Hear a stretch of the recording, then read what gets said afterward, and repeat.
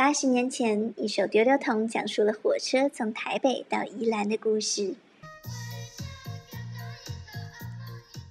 18年前，梁静茹唱了《暖暖》，唱了《天灯》。火车、暖暖、天灯，连起来就是我们这次旅行的意义。寻找记忆中的台湾味。哦，这时间让顺利哈。谢谢谢谢。好吃，好吃的。我们的第一站就是暖暖，这里的公车站牌超级可爱，幸福暖暖，在温暖的阳光下，感觉自己幸福到发光。暖暖有免费的接驳车，直接带你来10分。你看，你有人在放天灯。走吧。10分是天灯的发源地。相传早期先民开垦的时候，因为地处荒山，所以常受盗匪的侵扰。这个时候，村民就会带着老弱妇孺躲进山区，等待危机过去之后，再用天灯发送信号。后来逐渐就变成了一种祈福求平安的文化习俗。这边现在就是变一个天灯的观光区，所以大家你路过每一个商家，他都跟你说，要来放天灯。传统的天灯由5片宣纸组成，宣纸的颜色也暗藏玄机，黄、橘、蓝、红、粉红，分别对应金木水火土，是5行开运的意义。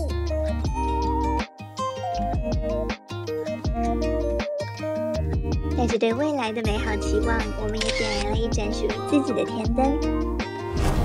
我们把心愿寄托在燃烧的灯火中，看着它轻轻地升起，在飘向蔚蓝的天际，直到它与这片土地形成一体，彼此连结。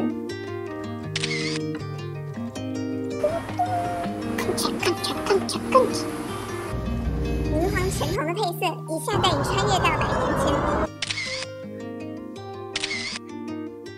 平溪火车在1921年通车，到1989年的时候就已经停运了。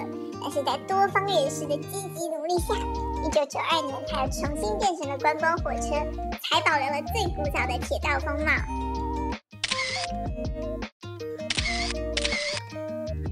10分不仅保留着早期的建筑，当然还有我们熟悉的人情味。我们在阿嬷的摊位前买了一瓶水，但是她却给了我们一堆的零食。哦，这时间让顺利哈。谢谢谢谢。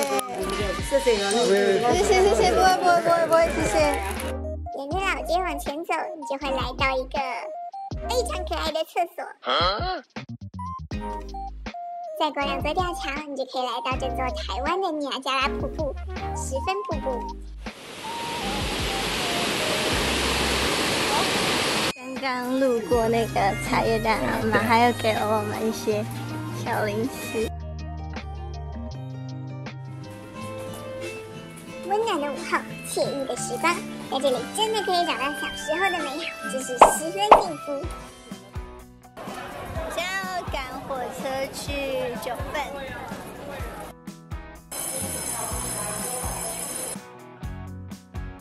9份老街位于一个迷人的山村中，是悲情城市的取景地，也是宫崎骏《神隐少女》的城市原型。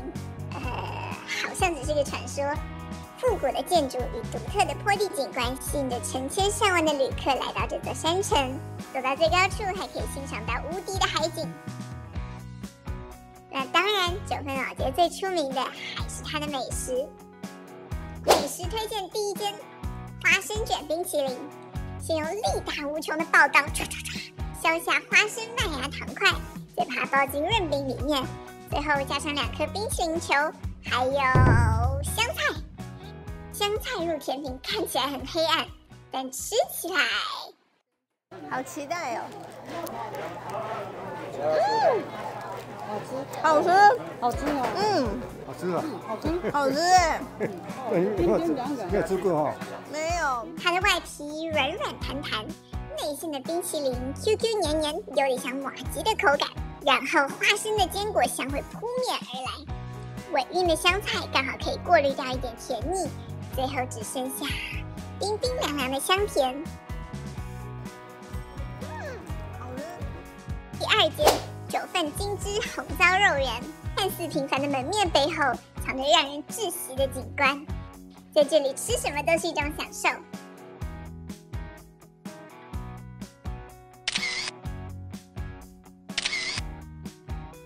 要说9份人气最高的古早小吃，肯定非阿兰超阿贵还有赖阿婆芋圆莫属，他们都是观光客的必打卡美食。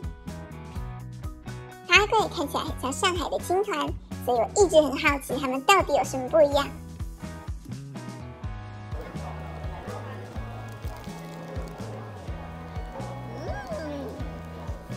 不一样。超阿贵跟青团一样，外皮 Q 弹，咀嚼的时候带着淡淡的草香。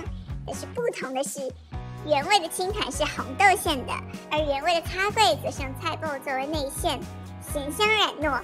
跟红豆很像，红豆跟青团很像。对，青团是甜甜的，还有咸蛋黄肉松的，它可能会比青团黏一点，但是从味道上来说几乎是一模一样的。赖阿婆芋圆的综合口味有芋头、地瓜、山药、绿茶、芝麻。除了芋圆，还可以吃到绵密的绿豆、红豆，超级丰富的口味还有食材，让你吃完心里都甜蜜蜜的。逛到华灯初上的时候，神隐少女的结界就突然被打开了。古色古香的阿曼茶楼背靠着夕阳下的海，带来一种脱离现实的错位时空感。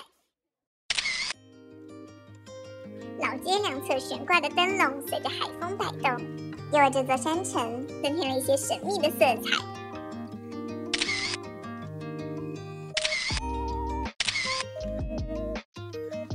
我们一天的旅行也在这美丽的时刻落下了帷幕。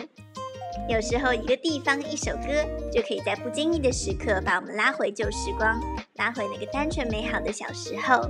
小时候的你一定不曾想过，10几20年后的你现在有多酷，就像现在的你也不知道10年后会有什么样的精彩生活正等着你。如果你也想在旧时光中找到温暖与力量，来这里看看吧。